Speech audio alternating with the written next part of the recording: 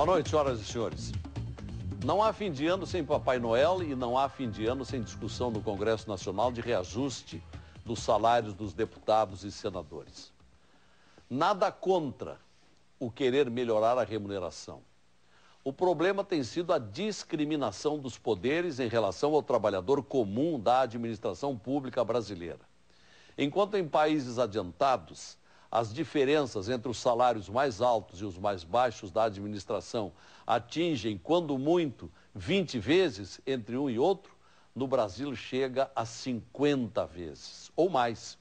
É o que se desenha no debate do Congresso Nacional atualmente, onde talvez o único projeto a ser ainda aprovado nesse resto de ano seja o dos salários. A Câmara Federal quer passar de R$ 16.512 para R$ 30.600 por deputado ou senador.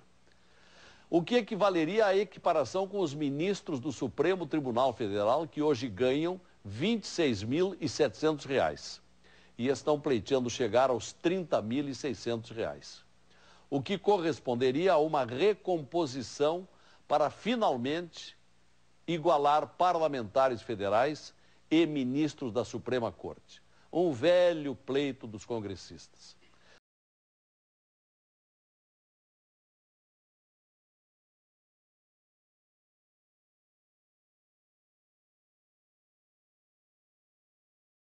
Convém observar que atualmente, além dos 12 salários dos deputados e senadores, de R$ 16.512, eles contam também com o 13º, o 14º e o 15º salários. E ainda, mais R$ 60 mil de verba de gabinete por mês e mais o auxílio moradia de R$ 3.000, o que equivale a um gasto per capita mensal dos parlamentares de R$ 108.780 os deputados. Os senadores é um pouco mais. Mas a questão toda para o contribuinte brasileiro, que quem tem a esperança de ver contido o gasto público, é que o Judiciário e Ministério Público federais sempre puxam para cima suas remunerações e com isso despertam a cobiça do Legislativo. E daí todo aquele efeito cascata que se conhece no país, na área dos poderes. Então, para discutir esse tema, que não é novo, nós propomos o Conversas Cruzadas de hoje.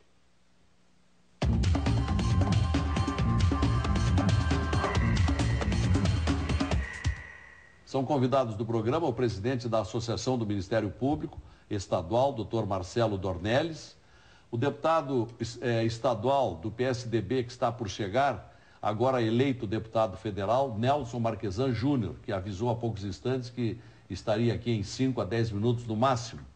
O presidente da AJURES, Dr. João Ricardo dos Santos Costa, e o vice-presidente regional da Ordem dos Advogados do Brasil, o advogado Jorge Fernando Estevão Maciel. O nosso programa tem o patrocínio de Funerárias Reunidas, carinho, respeito e honestidade, Sicredi Investimentos, vem crescer e investir com a gente, e Farmácia São João, sua saúde é nossa missão.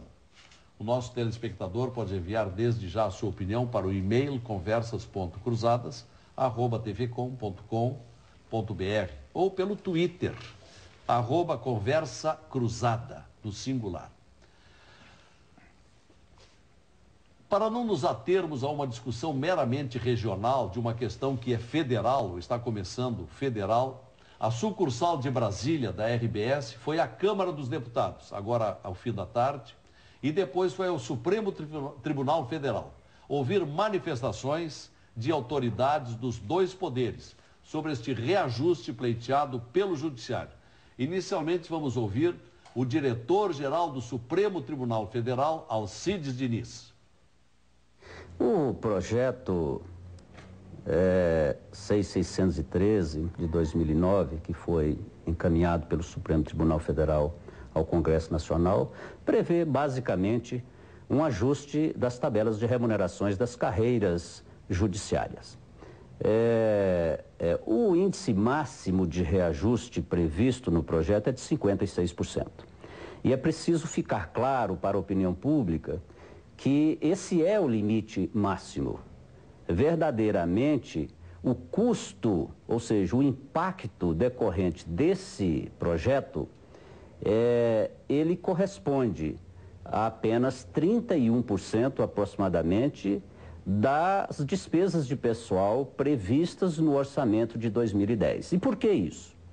Porque esse reajuste não incide sobre determinadas parcelas. Não incide, por exemplo, sobre os cargos em comissão, as funções comissionadas, porque os valores são mantidos, e não incide sobre as vantagens pessoais nominalmente identificadas. E essas vantagens são decorrentes de vantagens, são vantagens adquiridas no tempo, força de lei, e que foram extintas, e a partir da extinção a lei determinou o congelamento dessas vantagens. Logo, elas não estão sujeitas ao reajuste.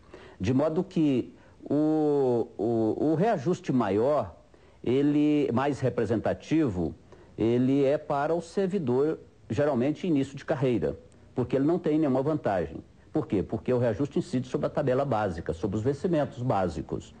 De modo que aquele servidor mais antigo, que tem vantagens pessoais, ele não vai ter 56%. Vai depender muito da posição em que ele se encontra na carreira e depender das vantagens que ele incorporou ao longo do tempo. Pode ser que um servidor antigo, por exemplo, de 20 anos, que exerça cargo em comissão e que tenha vantagens incorporadas, sejam decorrentes de adicionais de tempo de serviço, sejam de quintos, né?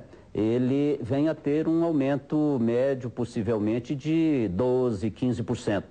De modo que o aumento médio, o impacto médio é de 31% tão somente. Isso para esclarecer, para evitar essa polêmica que se criou em torno, né, dos 56% previsto no PL. Na verdade, nós no Judiciário enfrentamos muitas dificuldades para a reposição dos quadros. Não só a reposição, para manter os nossos quadros de pessoal. Porque a nossa tabela de remuneração, ou seja, as tabelas das nossas carreiras, não são mais atrativas. Porque outras carreiras públicas, sejam do Executivo, sejam do Legislativo, são mais atrativas do que a nossa. Esse impacto corresponde a 6,3 bilhões de reais, né, anuais, e isso corresponde a apenas 31% das despesas de pessoal previstas no orçamento de 2010. E é preciso esclarecer que essa despesa, ela está dentro do limite legal previsto na Lei de Responsabilidade Fiscal, do limite de 6% destinado ao Poder Judiciário. Ou seja, estamos inclusive dentro do limite prudencial. Nós temos dois limites, um legal, que é maior, que é aquele fixado na Lei de Responsabilidade Fiscal, e nós trabalhamos com limite prudencial, né? E ainda deixamos uma margem, inclusive, para o processo de expansão do Poder Judiciário, porque nós não podemos absorver toda essa diferença, porque o Poder Judiciário está em franca expansão e precisa expandir para atender as demandas, né, dos jurisdicionados.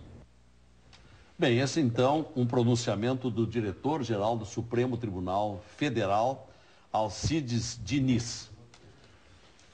Está chegando o deputado Marquesan e nós já vamos então começar a ouvir os nossos convidados e daqui a pouquinho vamos ouvir também deputado Marquesan, vai colocar o microfone portátil, pois não.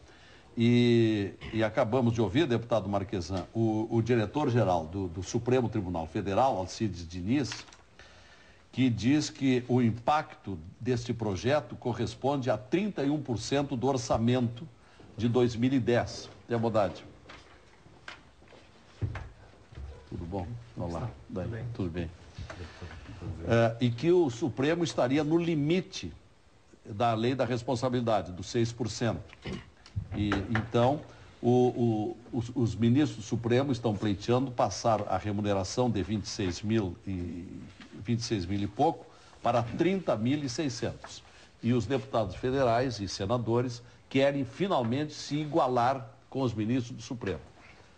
Bom, então vamos começar ouvindo o Judiciário, aqui representado pelo doutor João Ricardo dos Santos Costa, que é o presidente da Associação dos Juízes do Rio Grande do Sul, porque a questão está em debate ainda em nível federal, mas repercute naturalmente nos judiciários de todo o país. Doutor João Ricardo, boa noite. Boa noite, Osier. E aí, o que o senhor tem a dizer sobre o tema que é palpitante no momento, particularmente para os poderes? Sempre que se trata de remuneração, não só do Poder Judiciário, como dos demais poderes, do serviço público em geral, o tema vem a debate. Eu acho importante que venha ao debate perante a sociedade, mas que também esse debate venha contextualizado em dados importantes que possa informar a sociedade, informar o cidadão, né, do que realmente está acontecendo, para que possa fazer um juízo de autonomia em relação a esses fatos políticos importantes. O sistema remuneratório da administração pública brasileira, ele foi estabelecido através do sistema de subsídios e foi um sistema muito debatido no momento da reforma política e reforma constitucional, no momento que foram feitas essas reformas do serviço público, e tinha como uma maior motivação a transparência dessa questão remuneratória. E isso se conseguiu, foi um grande avanço, o estabelecimento de subsídios em todos os três poderes, e esse subsídio teve já na sua gênese a proposta, né, o direito dos servidores terem o reajuste, uma recomposição desses valores de forma anual que viesse a sempre manter atualizados esses vencimentos. Bem, isso é um direito constitucional. O Poder Judiciário, como acabou sendo o paradigma, né, porque o teto dos subsídios acabou sendo o presidente, o teto da remuneração, a remuneração do ministro do Supremo Tribunal Federal, e isso tem a sua razão de ser, né, acaba sempre se dependendo de uma iniciativa do Supremo Tribunal Federal para que essa recomposição seja feita. Pois bem, o Supremo fez isso nesse momento, remeteu um projeto ao Congresso Nacional, que tem a atribuição constitucional de apreciar esse pedido, levando, né, o reajuste que representa a perda inflacionária do período que está sendo revisto. Junto com isso, né, os parlamentares, em outro momento também fizeram essa proposição, estão pleiteando essa equiparação, e isso, evidentemente, é um direito que tem o parlamento, e é vamos dizer assim, um tema que ele não se resume apenas a uma posição, a um olhar maniqueísta em relação a isso, porque o financiamento, né, do legislativo, ele envolve não só subsídios do deputado, mas envolve uma série de recursos que o deputado recebe para o exercício da sua atividade parlamentar.